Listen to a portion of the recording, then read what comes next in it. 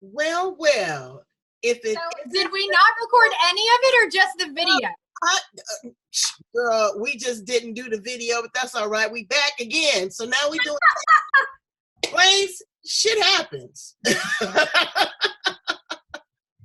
And in life, we have to learn to be flexible with every aspect, be it our weight, our mind, or our telecommunications. So thank you so much for coming and popping in here with me, Kristin Lloyd. I really am so glad to have you here on the edge to introduce you to me and my brains. Now, brains, I want you to see a before and after. This was Kristin Lloyd before. This is Kristin Lloyd now. She lost over 200 pounds with bariatric surgery. She's written a book also, Bariatric Mindset Success. And we're going to talk about that because in the pages of this book, it says, live your best life and keep the weight off after bariatric surgery. Let's welcome her to the edge. Hello, Kristin Lloyd.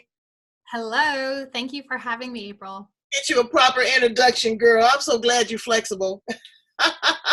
I am. Now I am. Yes, you are. You are the business. So introduce yourself to my brains. I want them to know a little bit about your history, about your education, and then we're going to go into the story of losing over 200 pounds. So I'm Kristin Lloyd, and I have a master's in counseling and finishing up a PhD in psychology. The topic of my dissertation is what is the process of lifestyle change for women who have undergone bariatric surgery. I've lived it. I love it. It's my passion, and grew up in Miami, Florida. Still a little thick, you know, grew up having, probably about that time of puberty when I realized I was different from a lot of the other girls who were pencil thin and right. just felt different. Right. And so was it the culture then to be that kind of twiggy? You know, I remember when I was 25, 26, and they used to call it heroin chic. You know, the girls would be so skinny and they would have their sweaters pulled over their hands. And it was just, you know, you had to have that twiggy look or you were just ostracized. Yeah. Was it for you being curvy? It was difficult because the most popular girls were very thin, and I'll tell you this, when I was in Miami, it wasn't that big of an issue, but when I moved to Georgia and I moved to Atlanta, where I grew up in Miami, it was so multicultural, so diverse, and then I moved up here. I can remember I was like one of the only, when I was in Miami, I was like one of the only white girls. So when I came up here, I was like, it was really weird because everybody was pencil thin and I really didn't fit in. And so that was like my teen years, but because we moved when I was about 14, 15. Okay. And so when I was in Miami, there wasn't that much of an issue. It was more when I moved to Georgia because there were a lot more very thin girls. And so that's when my culture changed. Okay. And so how did you go from being a curvy, you know, voluptuous teenager to being severely obese? So it started with eating out regularly. And then it started with overeating and emotionally eating and indulging and not being conscious of what I ate at all, but just eating whatever I desired, whatever felt good. And I look back now and how I describe it was I built those neural pathways in my brain towards what I ate, what felt good rather than what was good for my body. Right. And so you had a whole bunch of other stuff going on because I had an emotional trigger yesterday. I was driving in the car and I had just had lunch a couple hours prior to that. And then I said, you know what, let me pull over and get something to eat. And I was like, self, you better go home. I didn't need to. I felt like I was in the car and I'm so used to going out or having coffee with someone or this, that, and the other. I'm going to dial back on that. And something else that I did, I counted how many items I put in my mouth in a 24-hour period. I'm not going to self-disclose, but I tell you, I was mortified. Okay.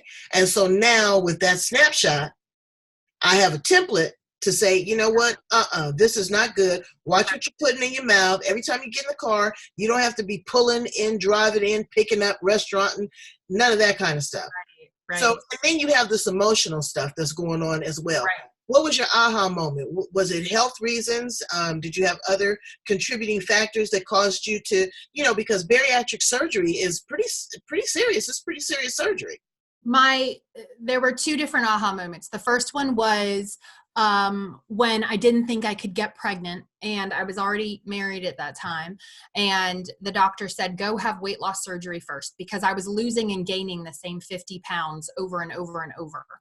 And then the next aha moment was after I had my son, when my husband said to me, listen, I don't want you to die. And because I thought that after having my son, I would have lost weight. They tell you, oh, breastfeeding, you'll burn more calories and all that. Right. I ballooned up. And so he said, look, this is serious. And it was so hard to move. I was very sedentary, and it was well, it didn't distract him from getting your boom boom. No. So he did not. He loved too. So that's good. He still loved you and embraced you through all of that. And that's pretty serious. How long were you down after you had your surgery? When you say down, you mean like how long was I out of work or out of? Well, yeah, I mean, just, before you could just consider yourself normal, maybe have a normal meal, have a normal bowel movement, how long did it take you through the process? Like 3 months, 2 months?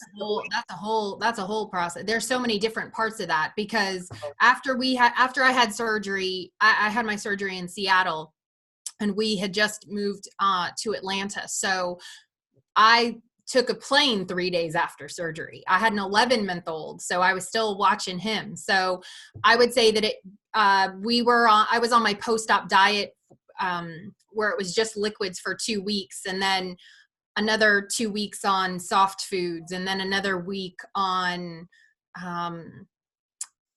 or pureed foods, and then soft foods. So it took probably 3 months.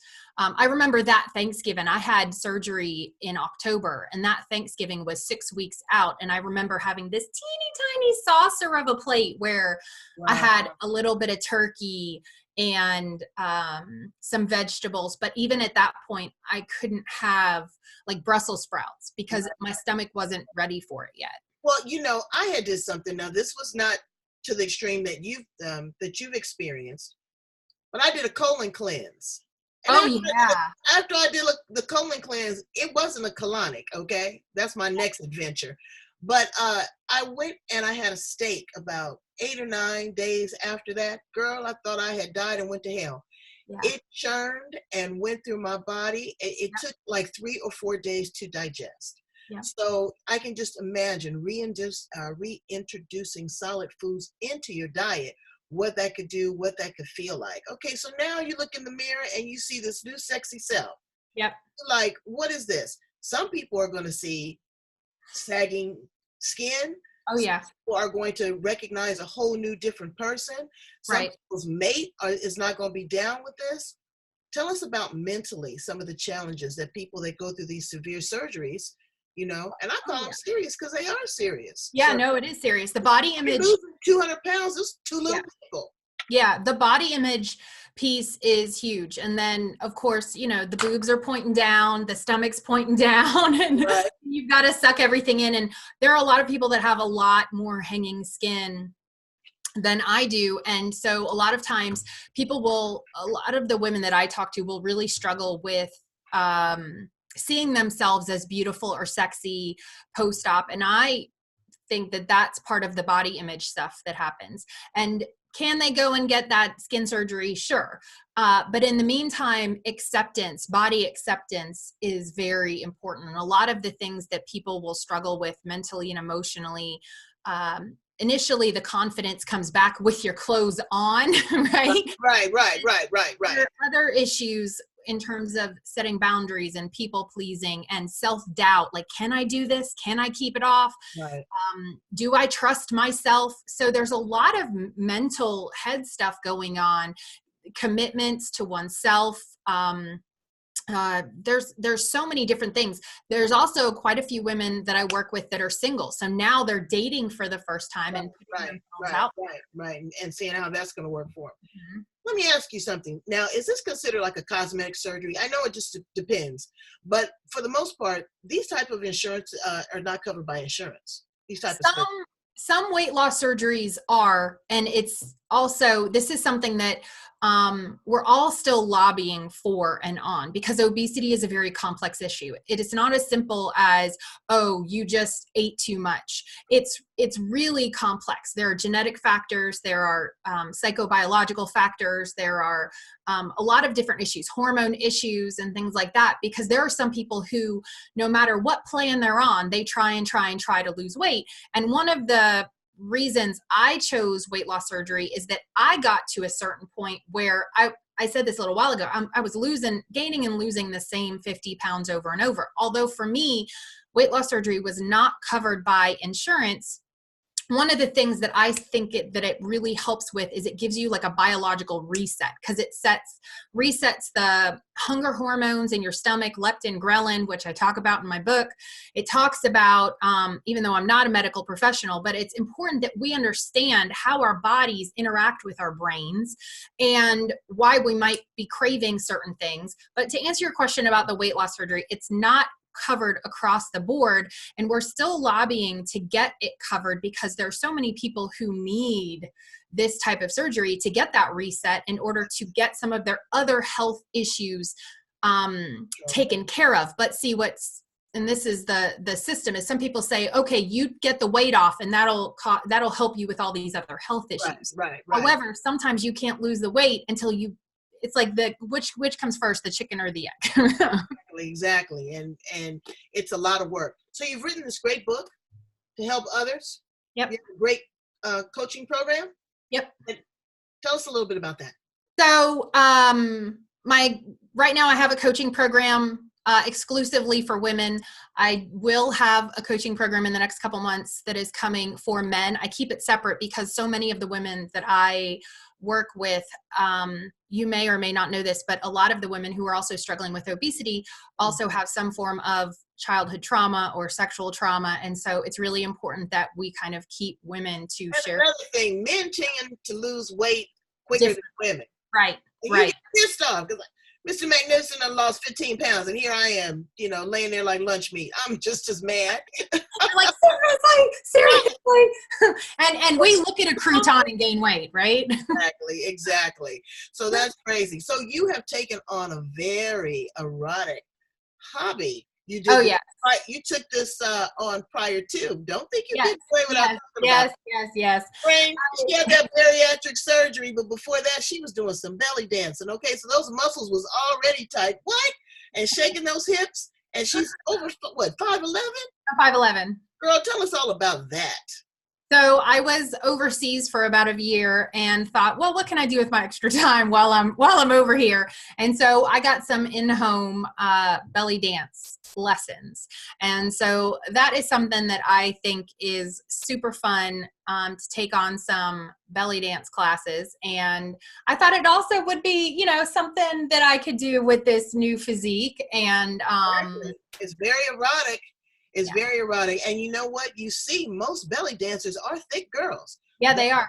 Hula dancers, they have flatter bellies, but they got big hips and big rumps. So don't be afraid of that. People are now paying big money to get big booties and all that other stuff. Yeah, they are, like implants and stuff. Yep. Let me ask you a question. Liposuction. What is liposuction? Liposuction just sucks out a certain amount of the fat that's in between. Good. It just sucks out some of like the loose fat. It's not some of the, there's different types of fat. Again, I'm not a doctor, but. No, I have no idea because I'm just going to have to live with it. I really want to work hard to get rid of it, but I just enjoy my life. I like to eat. I like to drink. I like to talk to great people and have them on the edge like you. Tell them, Kristin Lloyd, how to get in contact with you if they want more information about purchasing your book, your program, or working with you one-on-one. The books are available on Amazon, and they can also reach me via www.bariatricmindset.com. And I have other products. I have a calendar, which we just launched, that also helps with tracking. One of the things that you said earlier, where they can just check things off, is you made a note of all the things that you ate yesterday. And that actually, within the clinical literature, is one of the ways to keep the weight off long term, is to stay on top of what you're eating, tracking, meal prepping, moving your body, that fitness, making sure you get enough sleep. And so tracking what you're eating can help you with accountability, help you to stay on track. And so that's why I put that in the calendar in the book as well. Right. And check that out. Sleep apnea. Let me tell you, that is a big contributor. And people don't want to go through the sleep study, and they don't want to sleep with the device because it ain't sexy. But you know what ain't sexy? Not waking up. Oh, that's true. Yeah, for sure. Okay, because you stop breathing, and it really affects your weight loss and weight gain. Thank you so much, Kristin Lloyd, for being here on The Edge. You had another book. Don't you have another book too? I have a coloring book. Show them everything you got. Okay. I have the account coloring book. My daughter's into that. She's really good at it too. And this one, it allows this one. I love this. I'm worthy and deserving of great things. And then it'll have on this page a journaling page, that because a lot of people are really, that's why we call it Color Your Confidence. They're stepping into this new confidence of their body. And there's a lot of different animals in here as well, that signify a lot of the transformation. So a peacock, we have an owl. So there's a lot of different coloring pages. And then for some people who are not wanting to track on apps, so this is a paper tracker, and also weekly check-ins on what you're eating, but also how you're feeling. And the importance of this is to be mindful of what you're eating, when you're eating, how much you're eating, and that helps you with. Get in the car and feel like you should be driving somewhere to go eat. But you know what? That's, and you use the word the brains. That's the thing, is we're so conditioned that that's what we're supposed to be doing, that we need that system interrupt. We need that moment. And you did it perfectly to go, wait a minute, you're not hungry, time out. And then that's how we shift those habits.